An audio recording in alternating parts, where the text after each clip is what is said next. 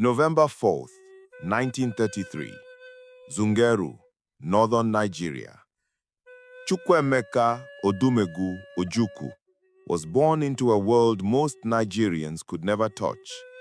His father was the richest black man in Nigeria, a transport magnate whose empire stretched across West Africa. Young Emeka grew up in mansions, private tutors, drivers, the finest schools. At age 13, he was sent to England, Epsom College, then Oxford University. In 1955, armed with a master's degree, Ojukwu returned to Nigeria. Not to his father's business empire, to the Nigerian army. Why would the son of the richest man in Nigeria become a common soldier?